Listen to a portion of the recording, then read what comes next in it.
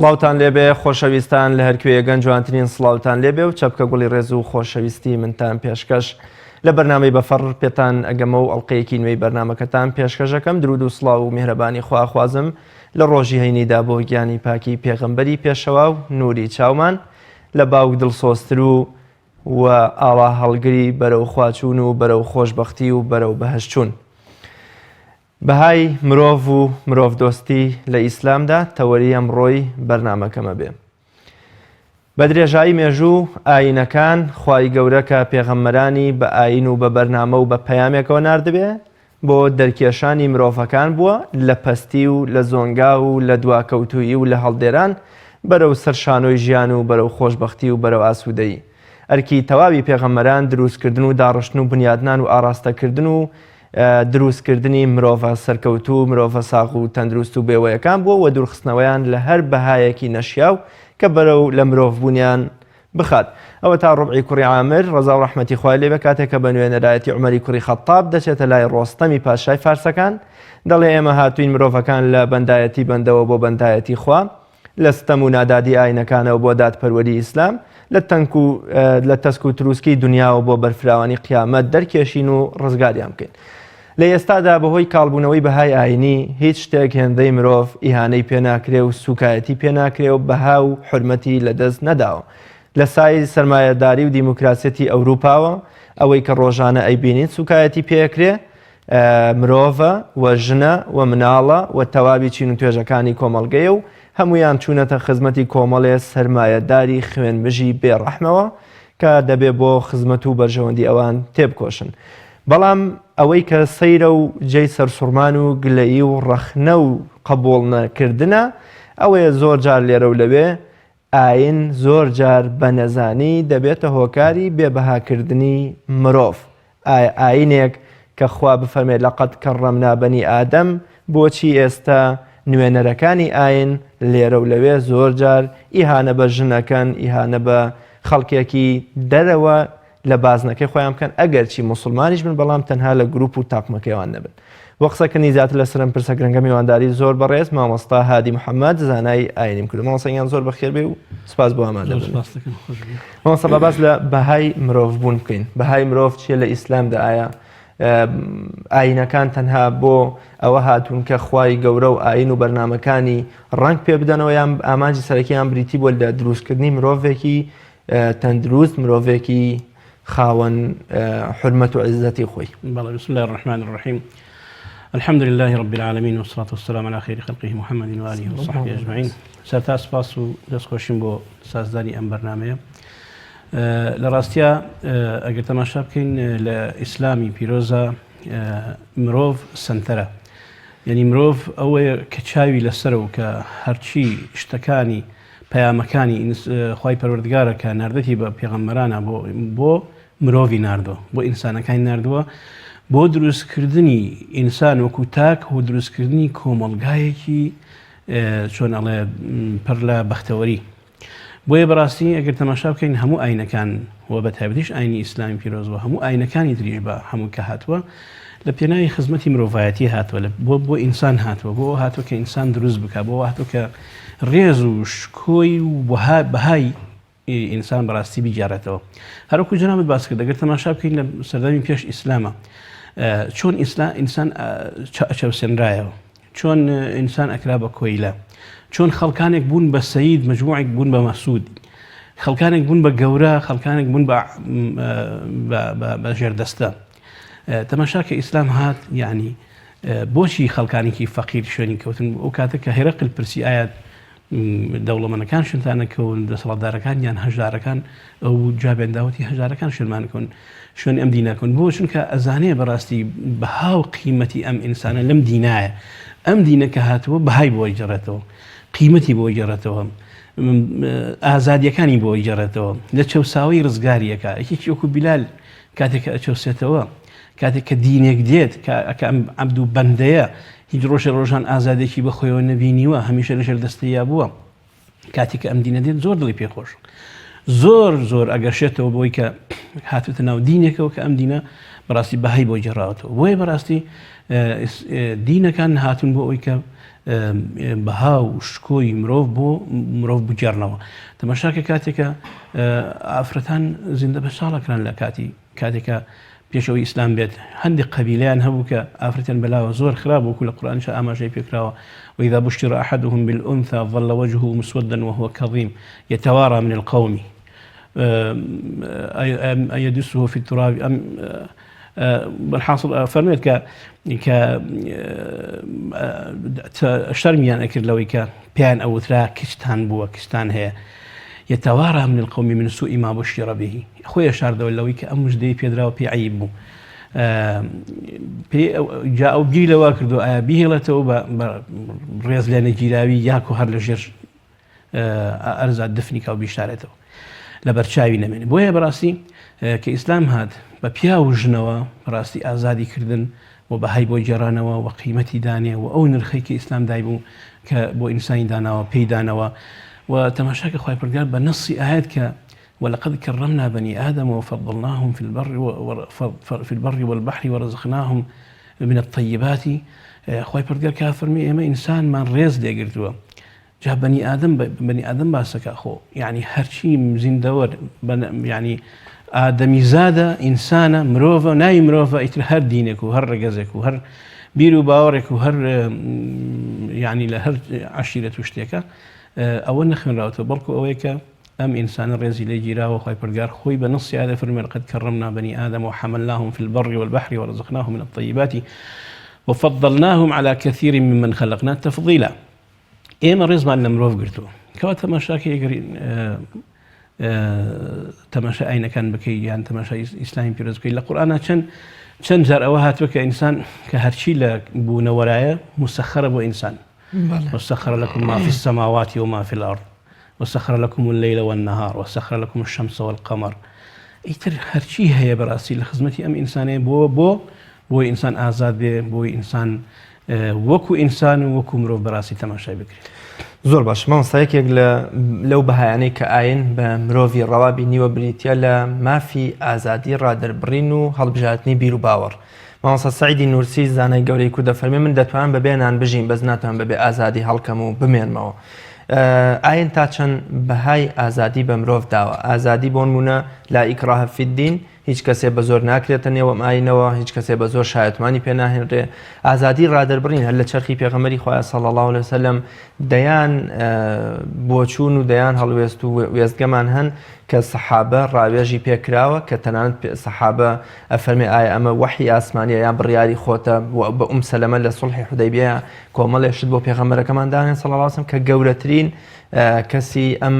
ئاینە و داڕێژەری ئاینەکە بووە هەتا مەبەستمەوەیە پێشڕە و پێشەنگی ئاین بووە. ئایا چۆن ئاین بەهای ئازادی و ڕادەربڕین بە مرۆڤ بەخشێ؟ لە ڕاستیە هەروەکو ئەو ئاەتی کە فرمود لا إكراه في الدين لا همو دينا راستي دين نهاتو بوي كا چون الله خوي بسپيانه بسر خلقيا بلكو خوي بسلمينه بوي خلق وري بگرن براسي دين كهاتوا بو او نهاتو براسي بزور خلقي بينت الناودين شكا وكاتا استفاده سوديك نابينه الا بي انسان بقناعتي خوي او دين ور بگري تما شكل الشرخي بيغمري خاص الله عليه وسلم وخلق كشن بيغمري خو اكبر صلى الله عليه وسلم ان زانيك براسي چ لذتك لم دينها هي چ بهايك انسان لم دينها هي چ ازاديك لم دينها هي بيغمرك بو هم عظمه الجوريه وك وحي لا يخوي برغارو بودي كشي للربريا يعني اتوان قصب كان اتوان بيبرن او وايا او راس بكرد اي بيغمري خو امن يجي كرد او هر وابو يعني تو غلطت كرد اي بيغمري خو فرين بو اي بو اقدر نكرمو جاري وبن لانه جا يعني اياتك اللي بيرشوا يعني جاري ركعتك بيرشوا يا هيئتك هيئتك كان بيرشوا كان وتو اي بيغمري خو بوشي وادكر يعني نعم تو بيغمري خو نابي وبهشيكو حتى لظروف الزمان خو انا من بيستومك خلقك هبوا كسيكي بون منا قورب ولو فضلتك ديني هو بلين شرفك ديني بيدراوا انا وكوم القايا خلشك هر نيتواني نزيكي بكيتو هر نيتواني تشت جوركيه والله هيبتك هي والله اشتكي باي هيك لكاتك بيغمر صلى الله عليه وسلم خلشي وين راهنا وكبراسي لها مو كارو كردو خلصك وتكانا احزاد بن رخني لي بقرن بوي جوابيان باتو اگر حقيقه يعني اوان راز بەڕاستی بزانێ ئەگەر ئەوانی غەڵەت بوون ئەم بۆیان ڕاست بکاتەوە. تەماشاکەی کەسێک لە بەردەمی ئەلەرزیە پێ ساسن فەرمی مالک بۆچی واکەی من پاشانیم من پاشانیم خۆ من چینی من کوڕی ئافرەتێکم کە لەمەکە گۆشتی دەست نەکەوبی خۆیان هەر گۆشتی گشتکەوی ئەخبار بۆ نمونە بۆچی خۆت واکەیە لە لا تطروني كما أطرت النصارى المسيح ابن مريم ئەوان بە گەورە مەگرن تەقدیسم مەکەن وەکو ئەوی کە ومن بەنەم پاڵی خوای پردگار کە وەکو مەسیح من ئەهلی النەسارا مەسیحیان بردە ئەو ریزەوە بۆی پێغەمبەری خوا صلی الله علیه وسلم ئازادی بۆ ئینسانەکان وە ئەوەی کە باست کە بڕاستی تەماشاکە چ ڕێزێکی لە ئافرەت ناوە پێغەمبەری خوا صلی الله علیه وسلم وە ئەمە چی دی ئیسلامەکە وایە دینەکە وایە کە ڕێی ئافرەتێک وەرەگرێت لە حوسڵ لە حربێکی گەورەیە کە خەریکە بێتە پێشەوە یعنی ئەمە هەم دووسێ شتی تایە یەکەم ئازادی ئینسانەکان کە ئەتوان قسە بکەن لە بەرامبەریە نەڵێن وڵا کاکە ئەوە پێغەمبەری خوایە خۆ هەر شتێکی بۆ هاتێەوە هەر چی تێ بکە خۆی ئەی کاتەوە ئەمانە با ئێمە هیچ نەڵێن زانیوانە کە پێغەمبەری خوا ئەو بواری بۆ کردوونەتەوە ئەو مەجاڵی بۆ فراوان کردوون کە ئەتوان قسە بکەن لە قسەیە ڕای خۆیان دەرببرن وەکو لە شەڕەکانی تریشە کە ئایا پێغەمبەری ئەمە حربە ئەمە وحیە ئەمە خیدعی حربیە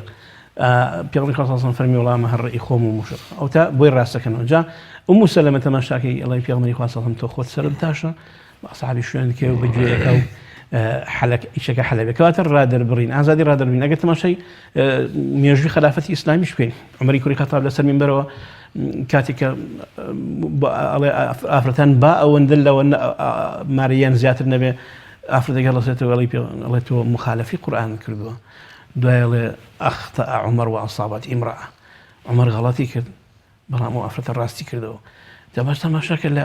ئەو پەڕی قووەتی و دەسەڵاتی هاتی عومەری کوڕی خەتاب و خەلیفەی موسڵمانانە بەڵام ئەوەندە ئازادیان پێدا ئەوەندە دینەکەیان ئەزان کە ئازادی بە ئینسانەکان داوە ئازادی ڕادەربڕین ئازادی شتێکە لە بەرامبەر حەقێکە کە لی بێدەنگ نابن بە هیچ شێوەیەک کاتێک بێتە پێشەوە ئەبێ بیڵێن ئەبێ ڕای بگێنن و ئەوانیش ئەزان کە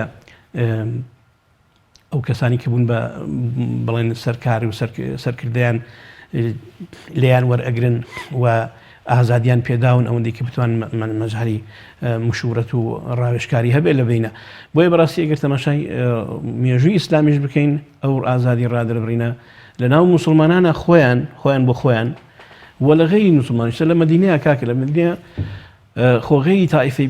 بڵین موسڵمانان کە باڵا دەست بن لێ ئەیان توانی هەری لە یەکەم جارە کە هاتنە مەدینە هیچ کەسی تیانەوەن غەیری خۆیان نەبێت بەڵام بوو جوولەکەکانیان هێشتەوە و موافقی میثاقی مەدینە نووسرا و پەیماننامەی مەدینە نووسرا کە هەڵسوکەوتی ئێمە و ئێوە ئابەم شێوەیە ئەبێ و لەم لەژێر ئەم دەوڵەتە ئیسلامیە ئاوا ئێوەش ئەمێنەوە بەڵام کاتێک کە جوولەکەکان خۆیان لە پشتەوە خەنجەر لە پێغەمبەر و ئەسحاب ئەدەن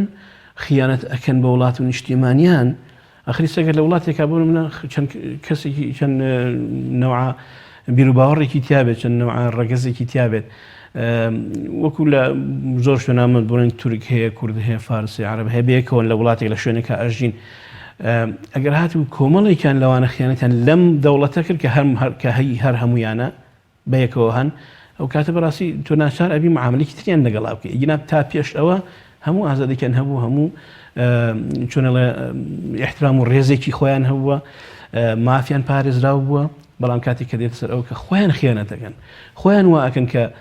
تۆ ناچاربی بۆ چۆنڵێ هەڵوێستێکی تر و دژ بەرامبەریان بگریتە بەر بۆ چونکە زرە لە کۆی چۆنڵێ پرۆسەی بەڕێوەبردنی وڵات ئەیات زرە لە ناو کۆمەلگە بە گشتی ئەدات نەک تەنها ڕوبەڕووی کەسێک بەستا بێتەوە جناب پێغەمبەری خوا صلی الله علیه وسلم کە خەڵکێک هاتووە یەخەی گرتووە ئەوەندە یەخەی ڕاتەکاندووە توێتی ئەوە لەوەی کە خوا پێدای بۆ بەشم نادەی عدالت بە یعنی پێغەمبەری خوا صلی الله علیه وسلم ئەوە تا ئەصحاب فەرموون ئەی پێغەمبەری خوا لە ملی بدەین نا پێغەمبەری خوا صلی الله علیه وسلم فەرمی وازی لێ بێنن حەقی خۆیەتی یان جاوای قەرزی کردو جاری ئەو کابرا هاتووتی و قەرزم بۆ نایەتەوە مانە پێغەمبەری صلی الله علیه وسلم فەرمووی حەقی خۆیەتی و مافی خۆیەتی کەواتە بەڕاستی لە ئیسلامە ڕێزی ئینسان بە تەواوی پارێزراوە ئەگەر دوژمنتە ئەگەر هات بەرامبەر وەستاوە ئەوەندە حەقت بۆی هەیە کە بەڕاستی تەجاوزی حدود نەکەی ومن يتعدى حدود الله بێگومان زۆر باش مامۆستا بێگومان هەمیشە لە دەرەوەی بازنەی ئاینیش مرۆڤمان هەیە واتەمە بەستمەوەی مرۆڤ بە معنای کەلیمە مرۆڤ، ینی بەها و ئەخلاق و ڕەوشت و ویژدانێکی زیندوو. ینی دەبینی لە نێو دیلەکانی بەدردا پێغەمبەری خوا صلی الله علیه و سلم ئاماژە بۆ یەکێکیان دەکات دەفەرمێ بچووکترین ئازار و سوکایەتی بەرامبەر نەکەن، چونکە ئەوە لە مەککەدا یەکێک بوو لەوانەی کە بچووکترین ژنەی بە من نەداوە. بۆ نمونە هەر لە بەرامبەر دیلەکانی بەدردا ئەفەرمێ ئەگەر مطعیمی کوڕی جوبەیر زیندوو بووە تکای لێ بکردمای ئەوە من لەبەر حرمەتی ئەو ڕزگارمە کرد، کەواتە ئەمانە مرۆڤن، مرۆڤێکەوە توانیویانە مرۆڤانە بژین. کۆمەڵە مرۆڤێکیشمان هەیە بەهۆی خراپی و لاساری و بێویژدانی و دڕندەیی و ستەمکاری خۆیانەوە قورئان بە ئولایکە کەلئەنعامی بەل هوم ئەضەل ئەیان شوبهێنێ. مەبەستمەوەی ئایا ئەم مرۆڤە چاکانەی کە لە دەرەوەی بازنە و گروپ و حیزب و ئاین و ئایدۆلۆژیای مندان ئاین چۆن وام لێ دەکات تەعاملیان لەگەڵا بکەم، وەکو چۆن پێغەمبەری خوا صلی الله علیه و سلم بەرامبەر بەو دوو سەرانەی قوڕەیش فەرمووی چاکەکار بن و وەفادار بوو بەرامبەر بەو چاکەیی کە مطعیمی کوڕی جوبەیر لە گەڕانەوەی تایفدا بەرامبەر بە پێغەمبەری خوا کردی صلی الله علیه و سلم. بەڵێ لە حەقیقەتا ئەگەر تەماشاکە ئینسان لە غەیری ناودین تەنها وا بزانی کە ئەوەی کە دینەکەی هەڵنەگرت بێ یان لە بازنەی دینەکەی توانە بێ ئیتر ئینسانی یا لە حیزب و مەزهەبەکەدا یا لە مەزهەب و حیزب و بیر و بۆچوونەکەی تۆ نەبێ، مانای ئینسانێکی دڕندەیە و مانای ئینسانێکم مافی ژیانی نییە و نابێ ببێنێ و ببێت نەخێر ئیسلام بە هیچ شێوەیە ئەوەی نەکردو و نەیویست و نایەوێ. ئەوانەی کە ئەکرێت بە ناوی ئیسلام و بەڕاستی دوورە لە ئەسڵ و جەوهەری ئیسلام. ئیسلام کاتێک کە ئینسانێک ئەوێ بۆنمونە لە بەرامبەری نەمێنێت و وجودی نەمێنێت، کاتێکە مخالفەی قوانینی گشتی ئەکا بەڕاستی یاسا گشتەکان پێشێلەکە ئەینا ئینسانێک با لە دوور و دەرەوەی بازنەی بیر و بۆچوونی تۆ بێت، لە دەرەوەی حتا عەقیدە و مەزهەب و دینی تۆ بێ، مادام کەسێکە کە چۆنەڵێ کەڵکی کۆمەلگا ئەگرێت سوودێکی بۆ کۆمەلگا هەیە و کۆمەلگا سوودێکی لێ وەرەگرێ، پێویستەوە ئینسانە ڕێزی لێ بیگیرێ بەڕاستی با دینەکەی هەر شتێک بێت. بەڵێ جا یعنی ئێمە لەسەرمان وەکو تەبلیغی دین چۆنەڵێ بانگەوازی بکەین بۆ دینەکە، بەڵام کە نەهاتش دەر بڵێن باوەڕی نەهێنا بە دینەکەش هیچ نابێت لە بەڕاستی لە ئەسڵی مەسەلەکەی ئێمە بگۆڕێ، چونکە ئێمە وەکو ئەڵەی کە بەڕاستی چۆنڵێ خەڵکانێکن لە دەرەوەی دینەکەش خەڵکانێکن کە بە کەڵک دێن، کە خەڵکانێکن کە بەهای مرۆڤایەتی خۆیان لەدەست نەداوە با دینیشی نەبێ. زۆر جار لۆمەی و کەسانەکرێت کە خەتیبەکان کە جاری وای لە منبەرە کاتێک کە تەعمیمەکەن بۆ منە باسی خەڵکانێکن کە عەرەق خۆن، هەر هەمویان بە خراپی زۆر بە خراپ یعنی دینە خوارەوە پیانە بە شخصی خۆیانە نەک بە ئەسڵی مەسەلەکە کە عەرەق خواردن، بەڵام دیێت ئەڵێ عەرەق خۆر ئاوایە بۆ نمونە وەکو لە کەسێک کە ئیجارەتەوە کەم ئەڵێ من کەسێکەمە بوو زۆر باش بوو ئینسانێکی چاک بوو لە هەموو ڕۆکان و ئینسانێکی باش، بەڵام ئەی خواردەوە بۆ نمونە ئەڵێ زۆر گوێی لە خەتیبێک بوو کە قسەی ئەوت بە هین ئەیوان خراپن و بێشرەفن و وان و کەلیماتانە بەڵێ جا تەماشاکەڵێ دوای پێوتم کەی من بەو شێوەیە وتیان نەوەڵان تۆ شێوەریت بۆیە لە زمانی پێغەمبەری خوا صلی الله علیه و سلم ئەصحاب هەبوو کاکە گیراوە لە شەڕی قادسیە ئەبوو محجەنی ثەقەفی گیرا و سەرخۆش بە سەرخۆشی گیرا و کرا سجن تێگەی دوای کە تەماشا کرد خەریکە جەیشی موسڵمان ئەشکێن بە خێزانەکەی سعدی و دەرگام بۆ بکەرەوە، سعد کە قایدی جەیشەکە بووتی دەرگاکەم بۆ بکەرەوە لەم سجنە دەرم بێنێت تا ئەو جەیشە ئەشکێنم و دێمەوە ناو شوێنەکەم لەبەرەوەی گیرا بوو. ئێمە معنای ئەوە نییە کە هەرچی کەسێک کە لە دەروی بازنی تۆ بوو ئیتری تاوە ئینسانەکەی زەربی سفریکەیت و بە هیچ شێوێک تەعامی لەگەڵ نەکەی، نەخێر لە ئیسلامیشا کە خۆی گەورە فەرمووی لەقەد کەرەمنا بەنی ئادەم، ئەبێ ئەو تەکریمی تۆ پێ بدەیت، ئیتر هەر ئینسانی هەر شتێک هەیە ئەبێ ئەو ڕێزەی لێ بگری. بەڕاستی ئەبێ کە خەڵکانێک کە بەڕێکی کۆمەڵگا دێن ئەبێ ئینسان لە بەقەدەر ئەوەی کە ڕێگەمان پێدراوە تەعاملیان لەگەڵا بکەین و هەڵسوکەوتیان لەگەڵا بکەین و هەوڵ بدەین ئیستفادە و سوود لە ئەزمون و لە عیلم و لە زانیاری و لە هەر شتێک کە بە کەڵکی کۆمەلگادێک لیان وەربگرین. بەڕاستی مامۆستا مرۆڤ چۆن هەست بە بەهای خۆی بکات ناو ئاینەکە، چونکە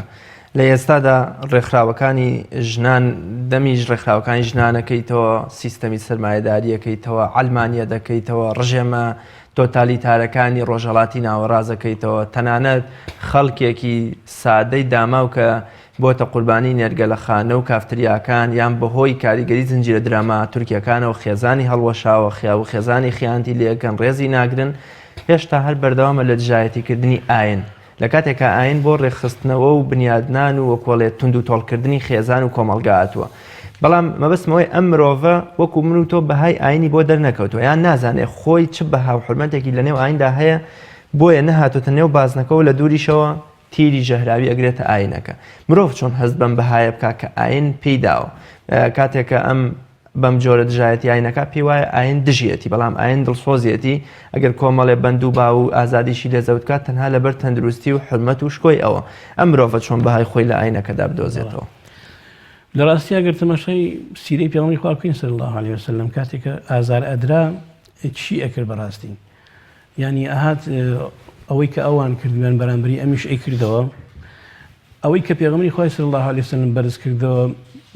کە دینەکەی وا بکا بەڕاستی وا بکا کە دینەکەی بگا بە عالم و خەڵکێکی زۆر شوێنی بکەون و پێیان قبول بێ و لایەن مەقبول بێ ئەوە بوو کە پێغەمبەری خوا صلی الله علیه وسلم هەمیشە بوراوە لەو کەسانی کە بەرامبەری وەستاون چونکە زانیوێتی ئەمانە نازان اللهم اهد قومي فإنهم لا يعلمون لە طائفە چی پێنەکرا پێغەمبەری خوا صلی الله علیه وسلم لە کاتێکە ئەیتوانی وەکو وەڵێ جبرائیل هاوتی ئەو دوو شاخە بۆ بدەم بەیەکە هەمووی لەناوبەرم فرمي اللهم اهد قومي فإنهم لا يعلمون أما هدايتي بيغمبري خوا صلى الله عليه وسلم أما رنموني بيغمبري خوا صلى الله عليه وسلم أما هەڵسو کەوت و ڕەفتاری پێغەمبەری خوا صلى الله عليه وسلم بەرامبەر بە نایرانی بەرامبەر بەوانی کە دژایەتی ئەکەن لە کوێ بیستراوە پێغەمبەری خوا صلى الله عليه وسلم ڕۆژان قسێکی زەفت و ناشرینی بە کەسێک وتبێ لەو کەسانی کە بەرامبەری وەستاون خەڵکانی کە ئەگەر زۆر خراپ بووبن ئەمری قەتلی بۆ کوشتنی بۆ دەرکردوون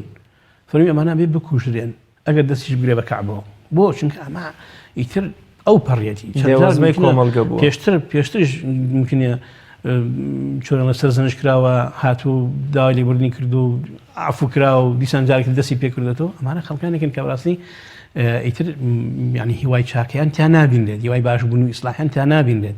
لەبەرەوە ئەبێ ئەوانە نەوەبرێن بەڵام خەڵکانێکی تر کە بە نەزانی ژنێ بە دینەکەی تۆیا قسەی پێڵە چەند کەسمان بینەوە کە لەوە پێش یعنی بەڕاستی دژ بە دینەکە بووە زۆر قسەی پێوتە بەڵام دوای هاتو خۆیڵە من پەشیمانم من نەمزانی خەڵکمان هەبووە لێرە کە دژی ئیسلام بوو بەڵام کاتێک کاچێت لە شوێنێک ئەوە بزان خوێندەوە لە شوێنێکی لە بریتانیا لەسەر تاریخی ئیسلامی ماستەر خوێنێ ئێستا پەشیمان بێتەوە ئەڵێ من غەڵەت بم ئەو شتانی کە بەرامبەر سەلاح الدینی ئەیوبی ئەمود پەشیمانم لێ بەڕاستی غەڵەت دکتۆر جەمال نەبەز بەڵێ تەماشاکە ئەمە بەڕاستی گەورەیە بۆچی بۆ دین با ئێمە خەڵکانێک کە نەیاری دینەکەمانە قسێ بە دینەکەمان ئەڵێ با ئێمە بەڕاستی نەرم بیلەکە پێغەمبەری خوا صلی الله علیه وسلم کاتێک کە چووە مەکە اذهبوا فأنتم الطلقاء کێکیسا کە بەڕاستی وشەیەکە بە ئاوی ئەڵتەنەوەی بنووسێتەوە هەتا بمێنێتەوە موسڵمانان بەڕاستی هەتاکو وجودیان هەیە دەسەڵات و بێدەسەڵات داریانەوە شانازی پێوە بکەن و کاتێک کە دەسەڵاتی شانەکەوێتە دەست هەر ئەو قاعدەی پێغەمبەری خوا صلی الله علیه وسلم تەطبیقکەن بۆ لەبەرەوەی دینەکە وامان پێڵێن دینەکە فێرمانەکە لەبەرەوەی ئەو کەسانی کە دژی دینەکەی ئەمە قسەکەن دژی ئەتوانی بە شێوەیەک لە شێوەکان یعنی چۆنڵێ تەنبیهێکیان بکەیتەوە بەڵام نەگاتە قسەی زبر و خراپەی ئەو کە وا بزانێت کە بەڕاستی ئەم دینەی کە تۆ هەڵەگرتووە ئەم لە بەرامبەر ئەم بیر و باوەڕی کە ئەم هەیەی هیچ بەهایەکی نییە و هیچ بەهایەک بۆ تۆ ناهێڵێتەوە بۆ تۆی مرۆڤ ناهێڵێتەوە هیچ ئازادێکت پێ نادا ئیلا بێت ئەم چۆن بیرەکە من چۆن بیرەکەم و تۆش وا بیر بکەیتەوە نەخێر بە هیچ شوێک ئیسلام وما عليك إلا البلاغ أي بيقول لك صلى الله عليه وسلم بيان الخواي جورا فرمت تو تنها بلاغ لسر إما بلاغ من لسر إما أو من لسر أجر بتوين بهالسو كوتي خومن دينك لا يخلقي شيرين بكين دينك كمان بخلقي بجانين إن جاب جفتار من بيشتر بار بكردار بيجانين باشن بجفتارش بيجانين باشن خلقيش بيمان يعني أو عندما اللي ببيني كبزاني أم دينه براسي أمك أم هالي قرتوا ئەمی کە ئەمان هەڵیان گرتو دیارە دینێکی زۆر بەرز و پیرۆز و گەورەیە هەروەکو لە زۆر شتی ڕوودا و کە ئەبینین کە ئەبیستین و ئەخوێنینەوە کە ئەڵێ لە قیتارێک کوڕێک هەستا لە بەردەم بۆ پیرێژنێکە بە پێوەستا و داینیشاند وتی شتی وای نەبینی بوو کە بۆ شێوێ ڕێز لە ئینسان بگیرێ یاڵێ تۆ چیت و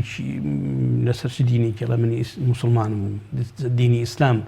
ئەڵێ ئافرەتەکە موسڵمانە بێ کە ئەبینێ ئەم کردەوە جوانە ئەمە تا ئێستا کەسێکی وا بۆ شێوە هەستێتەوە و ئەو لە جێگەی خۆی دابنێ و ئیحترام و ڕێزەی پێ بدا نەیبینیوە لە وڵاتی خۆیانە بەو شێوەیە هەر کەسێ بۆ خۆیەتی کەسێک لە پێناوی خۆیەتی ئەنانیەتێکی تاو و مادیاتێکی تاو دەسی گرتە بەسەر ڕۆح و دڵ و جان و جەستە و هەڵسوکەوتی ڕۆژانەشیانە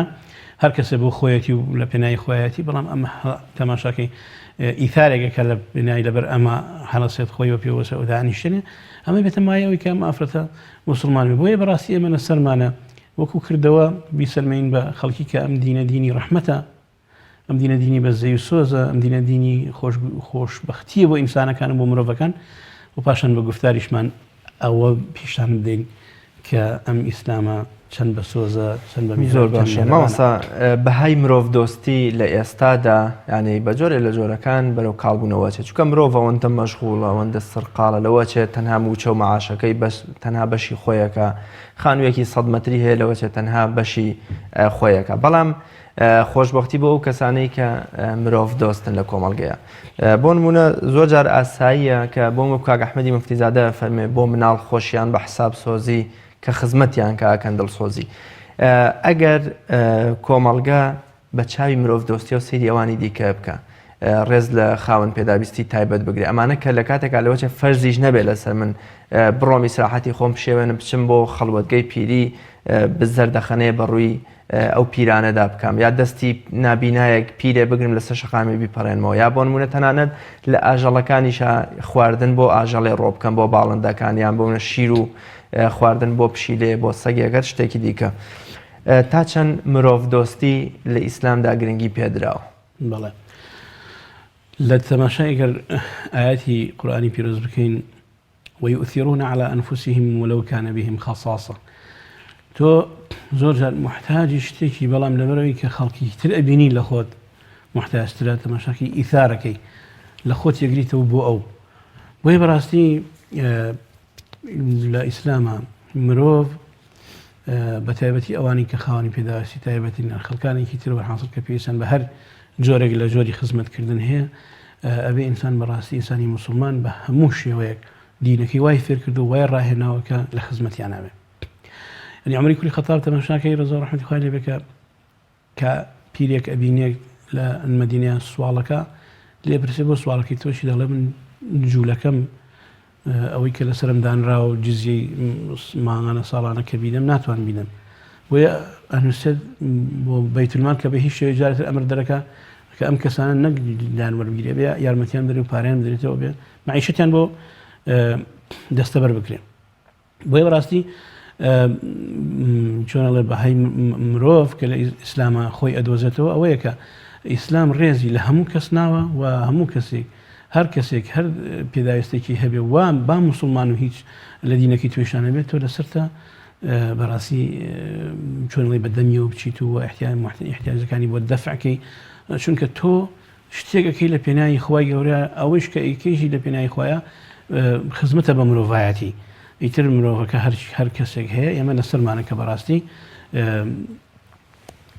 یارمەتی بدەین و حتا لە فقی ئیسلامیە سەدەقات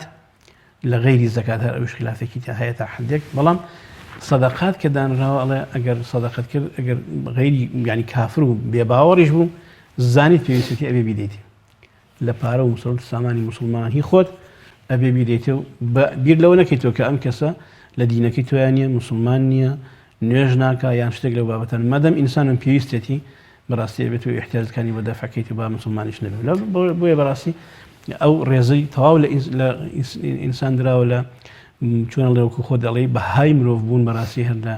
ئیسلامایە کە ئەتوانین بیدۆزین. زۆر باش ماوەسا بە درێژایی بەرنامەکە سەلماندمان کە مرۆڤ لە ئاینی پیرۆزی ئیسلامدا بەهاو حورمەتی پارێزراوە. ئاین بۆتە پەرژین و پارێزەرێک یا قەڵای پۆڵایینی پاراستنی شکۆ و عزەتی مرۆڤ. بەڵام چی بکەین کاتێکە لەم سەردەمەدا مەبەستمەوەی بڵێم وەکو تیۆر و وەکو نەزەریات وەکو دەقەکان ڕێزێکی جوان هەیە و پێغەمبەری خوا صلی الله علیه و سلم زانایانی ئومەتەش سەلماندویانە لە ژیانی خۆیانە. بەڵام چی بکەین لەم سەردەمەدا زانایانی ئاینی بوونەتە بە جۆرێ لە جۆرەکان هەندێکیان دژایەتی خەڵکێک دەکەن تەنها بە کۆمەڵێ دەستەواژەی زۆر خراپ کە فەزای ڕۆشنبیری و تۆڕۆ کۆمەڵایەتیەکان و تەنانەت کۆمەڵگەش ئەشڵەژێنن بەم جۆرە دەستەواژانە کە من حەز ناکەم دەستەواژەکان دووبارە بکەمەوە بە تایبەت لە ماوەی ڕابردوودا هەمومان ئەزانین کە چی وتراوە و چی نەوتراوە. ئایا خودی ئیسلام و پێغەمبەری خوا صلی الله علیه وسلم لەگەڵ ئەو دەستەواژە خراپانەدان کە دەدرێنە بە تایبەت پاڵ ئافرەت؟ پێغەمبەری خوا صلی الله علیه وسلم کە ئەگەر تەماشا بکەین زۆر جار ئەوە ئەگەر بێتن تەوەرەکەمان بێتە باسی تایبەتی بە تایبکەین بە ئافرەت و بێجگە لەوەش سوکایەتی خۆ بە دیسان ڕوئەدا و بیستراوە بەرامبەر خەڵکانی غەیری ئافرەتیش ینی پیاوانیش کە قسان پێوترا بەڵام مەسەلەی ئافرەت یعنی بەڕاستی ئەویش هەروەکو تۆ وەکو هەموو بەشەرە ئەگەر دینەکەی تۆی وەرنەگرتووە وەکو پێشتر باسمان کرد کە ئەگەر بە شێوەیەک لە شێوەکان دژایەتێکی دینەکەی تۆوە کاکەڵێ ئازادی زەوت کرد و مافی زەوت کرد ئەمە توانین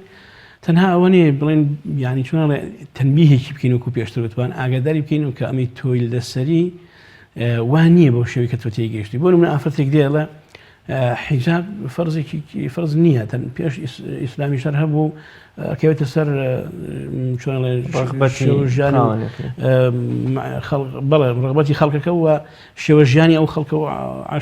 خەڵکانی کە لەسەری بوون پێشتر ئەوانی کە هەر کۆمەلگایەکە بە نەریت و عادەت و تەقالیدی خۆی لە ڕاستی ئەمە ئەتوانی تەنبیهی کەیتەوە کاکان نەخێر خوشکی بەڕێزم لە ئاەتی قورئان ئابم شێوە هاتووە بەڵام ئێمە مەقصد مەبەستماوە تۆ مولزەمکەین بەمەوە تۆ خۆت ئازادی بەڵام ئەمە دینەکەمان ئاواڵێ و ئیسلام ئاوای وتووە ئێمە تەنها لەسەرمان ڕای بگێنین نابێت بەرامبەری ئەو دیسان ینی قسانێکی وا بکەین کە لە ڕاستیان لە بازنەی دینەکەمانە جێگەی نەبێتەوە ولا النهي بيغمري خوا صلى الله عليه وسلم دربسين بيغمري خوا صلى الله عليه وسلم ليس المؤمن بالأكنافر وليس المؤمن بالطعان ولا اللعان ولا الفاحش ولا البذيء إنساني مسلمان طعنا نادا إنساني مسلمان لعنة ناكا إنساني مسلمان جنيه وفروجنية إنساني مسلمان تنبيزنية يعني براسي يعني شو سكاتي إهانة بإنسان ناكا إهانة بأفراد ناكا ما أكرمهن إلا كريم وما أهانهن إلا لئيم يعني أو كسيك براسي برامبر أفراد النساء شقائق الرجال أي خواهي في غير صلى الله عليه وسلم وانا أي هم آية كان هم با تنجر ومن عمل صالحا من ذكر أو أنثى يعني هرد كاين ليك مقام راقة بوي براسي إنساني مسلمان لسريتي كاتك أيوة تبليغ قايندني أمدي نبكات أيوة أمدي نبقيني أبي براسي بوشي بيجاني كبيرمني خلاص أصحاب جاندي يعني هو بدا أساسيته بوشي دروز بولا بيني جنو زاناني عينيا بونمونا ئەوەندەی گەندەڵ و ستەمکارێکی ئەم وڵاتە کاریگەری هەبووە لە تێکدانی ئاسایشی نەتەوەی و کۆمەڵایەتی و تەنانەت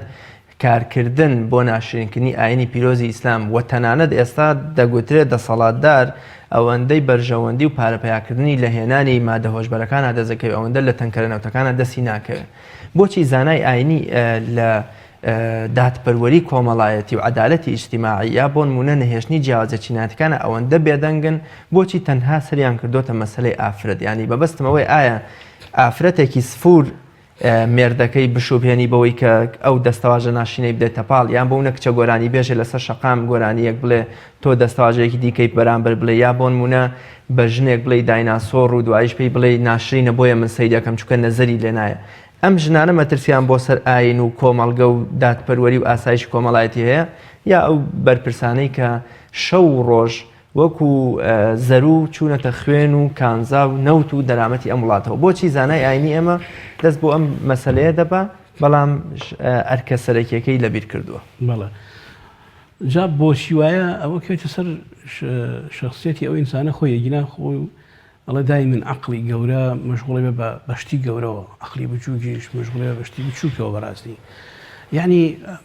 تو طموحي جورد هي امشتانا بسيطانا هر بيسا انسان هر چون انسان احتمالي هر بدانانه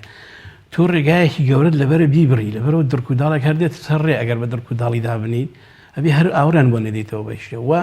امشتا بچوكانه لراستيا اما شخصيتي انسانك خويتي كواكا واجورا بي و بەلای وابزانێ ئەمە زەرری زۆرتر لە شتانی تر یا بێ ئاگایی بوونیەتی لە ئەوەی کە لە وڵاتە ئاگوزەرێ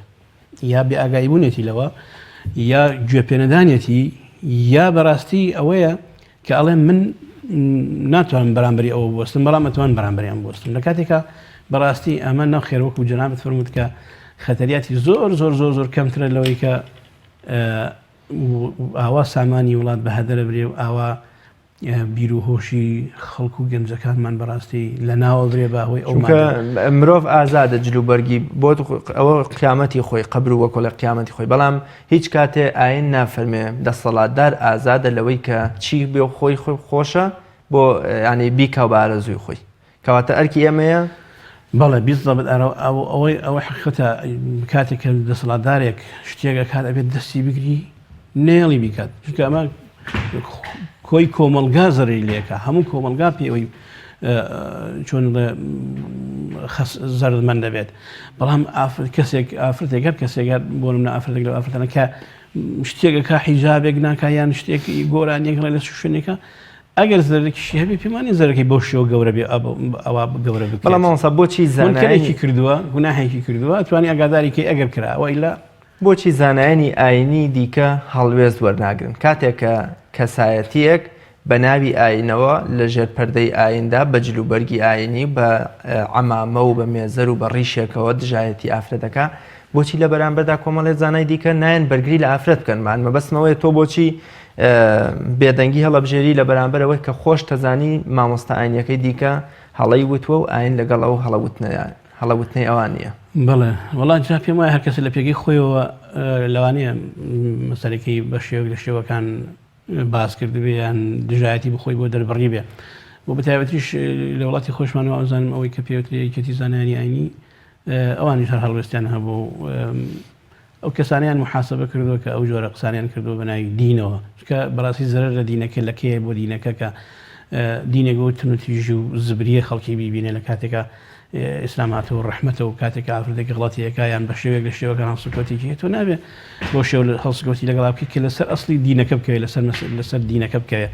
لە دینەکە لەکەدار بکە و ئازانم ئەوەی کە من ئاگادار بم یعنی ئەگەر بە جەماعی و بە تاکیش هەڵوێز وەرگیراوە و قسەیان لەگەڵا کراوە و ئاگادارکرانەوە بەڵام ئەو میزاجی شخصیەتی خۆی بە شێوێک لە شێوەکان هەر وایە ئیتر دەسەڵاتێک نیە لەو بەرەوە زۆر سپاس بۆ بەڕێز مامۆستا هادی محەممەد زانای ئاینی سپاس بۆ بەڕێستان کە میوانی ئەمڕۆی بەرنامەی بەفەڕ بەڵێ خۆشەویستانم بەم شێوەیە هاتمە کۆتایی ئەڵلقەی ئەمڕۆمان تا بە گەشتنەوەیەکی تر و لە ئەڵلقەیەکی تری بەرنامەکە بەخوای گەورە مێرەبانتان ئەسپێرم خواتان لەگەڵ